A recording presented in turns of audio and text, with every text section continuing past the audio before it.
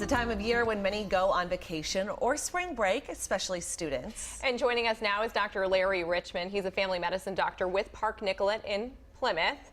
Dr. Richmond is here with some tips for those of us who are thinking about going on spring break. So thanks for coming in. Thank you. So I know a lot of, especially teenage girls and people in general, they're looking for a good beach bod, but not necessarily good if you're thinking about going to the tanning booth. How do you encourage maybe people to stay away from that? Right. I would definitely avoid the tanning booth. It's got a lot of harmful UV light in it. It's terrible for your skin. It could cause wrinkles, skin changes that can't be fixed, and even skin cancer.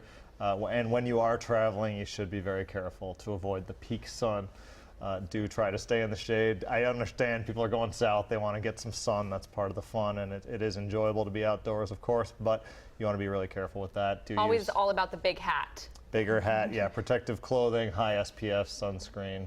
Is there any truth to people who say, okay, you need to get a base tan before you go to prevent yourself from burning? Right, it doesn't then give you free license to tan as much as you can. These tanning beds are terrible for you, so I would skip that. So you don't need to develop any sort of base tan, just protect yourself when you're there. Protect yourself when you're there. And what do you tell your clients, your patients about applying sunscreen? How often should you be reapplying sunscreen? Often. What you really want to do is avoid prolonged sun exposure. If you're swimming, you're going to need to apply it more often. So honestly, it's every couple hours at the very least. What are some of the more common spring break illnesses that you hear about?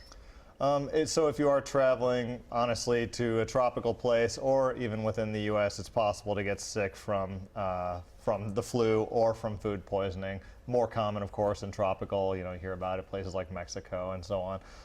It's important to take care to make sure that the water you're drinking is very clean. That's usually going to be with bottled water. And you do want to avoid raw foods that have been sitting out in the sun, anything like that. Street vendor, you don't want to be too adventurous with your diet choices. It can be really difficult if you get sick while you're traveling. And what is your advice just for those who are traveling with a family, especially, when it comes to just making sure that you're staying safe while traveling? And my sister, for example, her son was sick and they were thinking about going and he was feeling better. What do you recommend for somebody who's maybe on the bubble about a sick kid? It's a really tough call. You should consult, I think, with your doctor at that point. It really depends on how the person's doing. If they're starting to feel better, if they're breathing well, hydrating well, if they're on the mend. If they don't have a lot of health problems, then maybe you go. So it's kind of a case-by-case basis. Definitely consult with your doctor. All right, doctor, thank you so much for coming in. Thanks, Dr. Richmond.